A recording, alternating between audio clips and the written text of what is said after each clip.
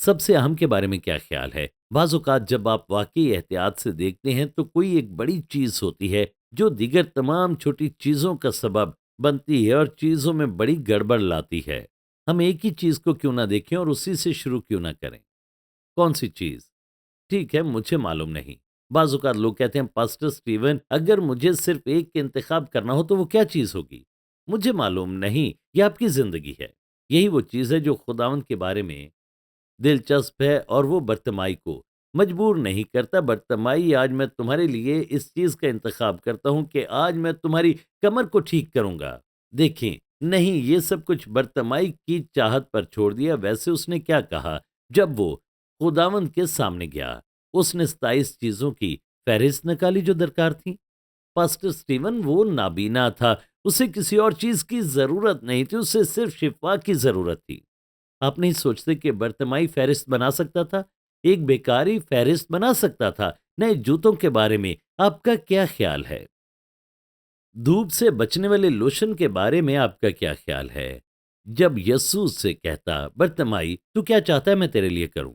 خداوند، میں یہاں ہر روز بیٹھتا ہوں اور بڑی دھوپ ہوتی ہے اور میری جلد جل جاتی ہے، مجھے کچھ ایسا لوشن دے دے۔ میں ایک چھتری بھی چاہتا ہوں، میں مال میں نہیں جا سکتا، مجھے کچھ نظر نہیں آتا کہ میں کہاں جا رہا ہوں، تو میں نئے جوتے چاہتا ہوں، میرے کپڑے سب ختم ہو چکے، مجھے نئی پینٹ چاہیے، اور فہرست طویل سے طویل ہوتی جاتی ہے۔ لیکن کیا وہ ایسا کرتا ہے؟ نہیں، وہ نہیں کرتا۔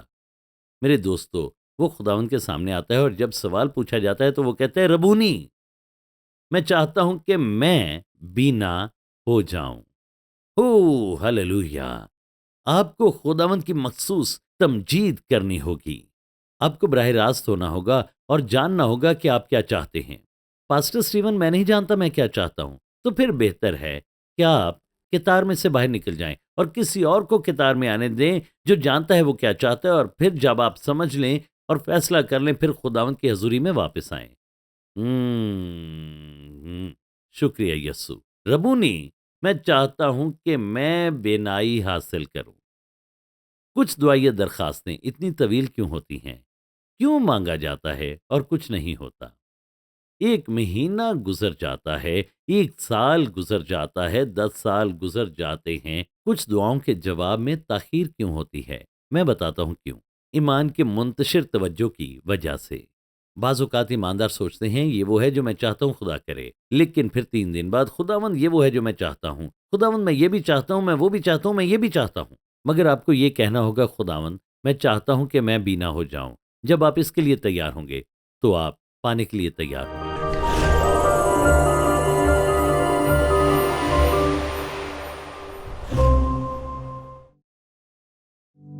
میں پیور گولڈ کے تمام عہد کے شراکت داروں کے لیے خدا کا شکر گزار ہوں۔ آپ ہی کی وجہ سے ہم دنیا بھر میں بہت سے لوگوں کے ساتھ انجیل کی شراکت کرنے کے قابل ہوتے ہیں۔ وہ جو ماہانہ بنیاد پر اس منسٹری کی مدد کرتے ہیں وہ پیور گولڈ کے عہد کے شراکت دار ہیں۔ ہم ایمان اور خدا پر بھروسے کے اس پیغام کو آگے لے جانے کے لیے مل کر کام کرتے ہیں تاکہ خدا کی قربت میں چل سکیں اور یہ براڈ کاسٹ دنیا کے ہر حصے تک پہنچ سکے۔ دعائیہ طور پر میرے ساتھ شریک ہوں، اور اگر آپ ابھی تک پیور گولڈ کے عہد کے شراکت دار نہیں بنے تو آئیں جبکہ ہمارے پاس وقت ہے، ہم مل کر کام کریں اور وہ سب کریں جو ہم کر سکتے ہیں تاکہ پوری دنیا میں انجیل کی منادی کی جائے اور کلیسیا ایمان میں مضبوط ہو اور خدا کے لوگ اس کی قربت میں چلیں اور ایک گہری عہد کی زندگی قائم ہو۔ شکریہ، میرے لیے اعزاز کی بات ہے کہ آپ پیور گولڈ کے عہد کے شریک ہیں۔ زندگی میں آپ کو وہ چیز چاہیے جسے میں ایمان میں چلنے کی ضرورت کہتا ہوں، اور زندگی بہت سی چیزوں پر مشتمل ہے، تو یہ سنیں، ایک پیکج ڈیل ہے جس سے آپ زندگی کو آگے بڑھائیں گے۔ آپ چاہتے ہیں کہ خدا آپ کے کیریئر کو برکت دے، آپ کی شادی کو برکت دے، آپ کے خاندان کو برکت دے، آپ کے تعلقات، آپ کی دوستی، معاشی معاملات کو برکت دے، تو آپ خدا پر اور اس کے کلام پر ایمان کا استعمال کریں تاکہ آپ کی زندگی کے پورے پیکج کو سمت میں بڑھایا جا سکے جو خدا آپ کے لیے رکھتا ہے۔ لیکن ایسے اوقات بھی ہوتے ہیں جب آپ زندگی کو دیکھتے ہیں اور جانتے ہیں، خداوند اگر میری زندگی میں یہ ایک چیز ہو تو یہ واقعی میرے لیے برکت کا باعث ہوگی۔ اور اسی ایک چیز پر آپ اپنا مخصوص ایمان استعمال کرتے ہیں، عام ایمان نہیں بلکہ مخصوص ایمان استعمال کرتے ہیں، جہاں آپ کسی چیز کی نشاندہی کرتے ہیں اور آپ خداوند سے کہتے ہیں خداوند یہ وہ چیز ہے جس کے لیے میں واقعی ایمان رکھتا ہوں کہ تیرے پاس اسے دینے کی طاقت ہے، تو قادر مطلق خدا ہے، اور خداوند میں اپنا ایمان استعمال کرتا ہوں اور میں تجھ سے یہ مانگتا ہوں اور ایمان رکھتا ہوں کہ تو میری زندگی میں یہ کام کرے گا، اور آپ اس چیز کی نشاندہی کرتے ہیں، اس پر قائم رہتے ہیں، اور اس کا مطلب یہ نہیں کہ زندگی میں ایسی چیزیں نہیں ہیں جو دوسری تیسری چوتھی یا پانچویں جگہ پر نہ ہوں، لیکن یہ وہ چیز ہے جس کے لیے آپ قائم رہتے ہیں، کیونکہ خداوند آپ کے ایمان کو دیکھتا ہے۔ خدا کی حمد ہو، یسو تیرا شکر ہو۔ اب جو چیز آپ چاہتے ہیں کہ خدا کرے وہ چیز ہے جو آپ اپنے لیے منتخب کرتے ہیں برتمائی سے۔ جب خداوند نے پوچھا تو مجھ سے کیا چاہتا ہے کہ میں تیرے لیے کروں، میرا مطلب ہے یہ ایک بلینک چیک کی طرح تھا، تو کیا چاہتا ہے کہ میں تیرے لیے کروں؟ کتنے جانتے ہیں کہ خداوند کے پاس یہ چیک لکھنے کی صلاحیت موجود ہے؟ وہ بے پناہ روح سے معمور تھا اور وہ یہ سب کر سکتا تھا۔ تو دیکھیں یہ برتمائی پر منحصر تھا کہ وہ کیا جواب دے۔ گیند اس کے کورٹ میں تھی اور گیند آپ کے کورٹ میں بھی اس وقت موجود ہے، اور خدا آپ کے لیے کوئی شاٹ نہیں کھیلے گا، خدا وہ فیصلہ نہیں کرے گا جس کا انحصار آپ پر ہے۔ برتمائی کیسے جواب دیتا ہے؟ ربونی، میں چاہتا ہوں کہ میں بینا ہو جاؤں۔ اب آپ کو فیصلہ کرنا ہے کہ آپ کیا پانا چاہتے ہیں، کیونکہ خدا آپ کے لیے فیصلہ نہیں کرے گا اور نہ ہی میں کروں گا۔ خدا کی تعریف ہو، یہ آپ کی زندگی ہے۔ تو اگر آپ کچھ چاہتے ہیں تو خداوند سے بات کریں، اس پر ایمان کے ساتھ حصے مضبوطی سے تھام لیں اور خداوند کے سامنے پیش کریں، اور بغیر کسی تذبذب کے خداوند کے سامنے پیش کریں۔ ہوں یسو تیرا شکر ہو ربونی، یہ کہ میں بینا ہو جاؤں۔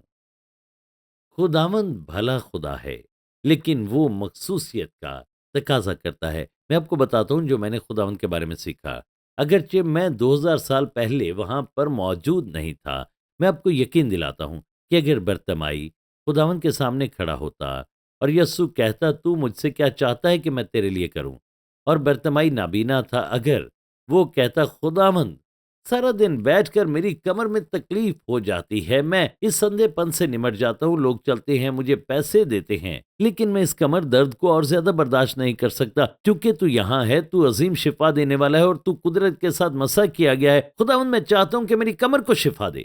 میں زمانہ دے سکتا ہوں کہ مسیح کا مسح سیدھا کمر پر جاتا اور وہ شفا پاتا، لیکن اس کے ساتھ یہ بھی یاد رکھیں وہ اندھا ہی رہتا۔ یسو تیرا شکر ہو۔ آپ کو خداوند کو بتانا ہوگا کہ آپ کیا چاہتے ہیں۔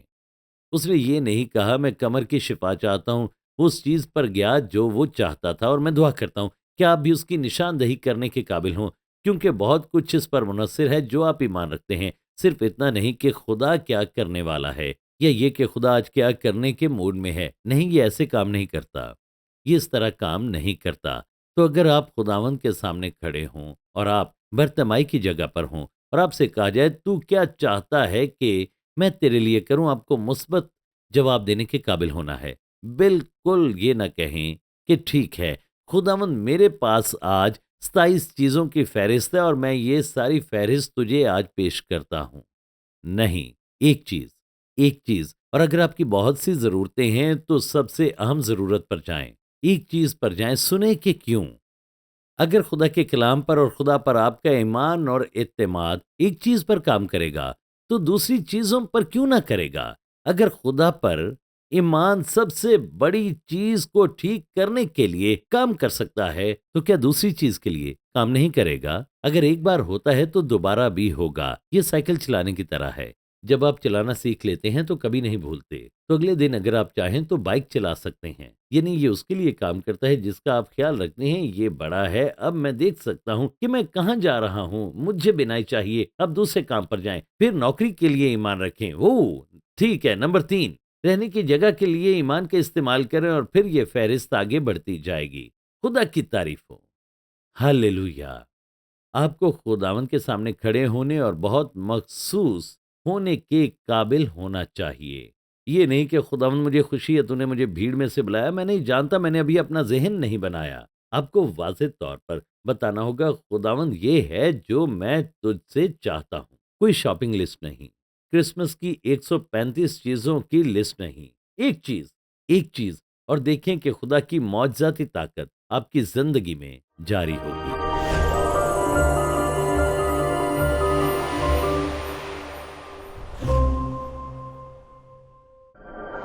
امال کی کتاب میں رسول ہر روز معجزات کرتے تھے، پاک روح کی نعمتیں ہر جگہ موجود تھیں۔ تو کیا یہ چیزیں بائبل میں بند ہو گئیں یا آج بھی ہو رہی ہیں؟ میں آپ کو بھی موقع دینا چاہتا ہوں کہ مسیح کو اپنا خداوند اور نجات دہندہ بنائیں۔ پاسٹر سٹیون بروکس آپ کو بتاتے ہیں کہ کیسے پاک روح کی نعمتیں حاصل کی جائیں تاکہ آپ اپنے ارد گرد موجود دنیا میں داخل ہوں۔ اپنی کتاب how to operate in the gifts of the spirit میں آپ کو یہاں تربیت دینے اور مسلح کرنے آیا ہوں تاکہ آپ پاک روح کی تمام 9 نعمتوں میں چل سکیں، روح القدس کی طاقت کے ظہور اور اپنی زندگی پر اس کے مسح کے لیے تیار ہوں۔ پاک روح کی نعمتوں میں کیسے چلنا ہے؟ سٹیون بروکس بائبل کی ٹھوس تعلیمات سے بتاتے ہیں اور اپنی مضبوط شخصی گواہی کے ذریعے کہ پاک روح کی 9 نعمتوں میں کیسے چلنا ہے۔ 3 نعمتیں ہیں جو کچھ کہتی ہیں، 3 نعمتیں ہیں جو کچھ کرتی ہیں، 3 نعمتیں ہیں جو کچھ ظاہر کرتی ہیں۔ یہ تمام 9 نعمتیں آپ میں معجزن ہوں گی تاکہ آپ مسیح کی محبت اور قدرت کے ساتھ بہت سے لوگوں تک پہنچ سکیں، اس کی قدرت کے ظہور کے لیے تیار ہو جائیں۔ سیکھیں کہ کیسے یسوع نے ان نعمتوں کے استعمال سے الہی طور پر خدمت کی، اور جانیں کہ کیسے روح القدس آپ کے ارد گرد موجود لوگوں میں الہی تبدیلی لانے کے لیے آپ کو استعمال کرتا ہے۔ ابھی آرڈر کریں سٹیون بروکس کی کتاب how to operate in the gifts of the spirit. آپ کو اس کے ساتھ CD پر تعلیمات موصول ہوں گی، ترجمے کی نعمت، اور ان تعلیمات پر بھی کہ روحانی بھیدوں کو کیسے کھولیں۔ روح کی نعمتیں آپ کے ذریعے جاری ہوتی ہیں تاکہ آپ بہت سی روحوں کو چھوئیں، بیدار کریں اور بچائیں، برکت کے حصول کے لیے تیار ہوں تاکہ دوسروں کے لیے بابرکت ہوں۔ یہ جاننے کے لیے کہ ان روحانی نعمتوں میں کس طرح چلنا ہے، ابھی کال کریں۔ آپ کو سٹیون بروکس کی بہترین فروخت ہونے والی کتاب ملے گی اور اس کے ساتھ ترجمے کی نعمت پر آڈیو CDs بھی۔ کال کریں 336-990-9001 یا آن لائن وزٹ کریں stevenbrooks.org۔ عزیزوں، میں آپ کی حوصلہ افزائی کرتا ہوں کہ اپنے ایمان کو اتنا کمزور نہ کریں، ان کاموں پر توجہ مرکوز رکھیں جو خدا آپ کے لیے رکھتا ہے، اور اس پر توجہ مرکوز رکھیں جو خدا آپ کے لیے کرتا ہے۔ اسے مکمل کرنے کے بعد ہی آپ اگلی چیز کی طرف بڑھتے ہیں۔ اگر آپ آج پروگرام دیکھ رہے ہیں اور آپ نے کبھی اپنی زندگی کا اہم ترین فیصلہ نہیں کیا کہ آپ ابدیت کہاں گزاریں گے، اور آپ نے یسوع کو قبول کرنے کا فیصلہ نہیں کیا، تو اب آپ کے پاس موقع ہے۔ میرے ساتھ یہ دعا کریں، کہیں خداوند یسوع، میں گناہ گار ہوں، میرے دل میں آ اور میرے تمام گناہوں کو دھو ڈال۔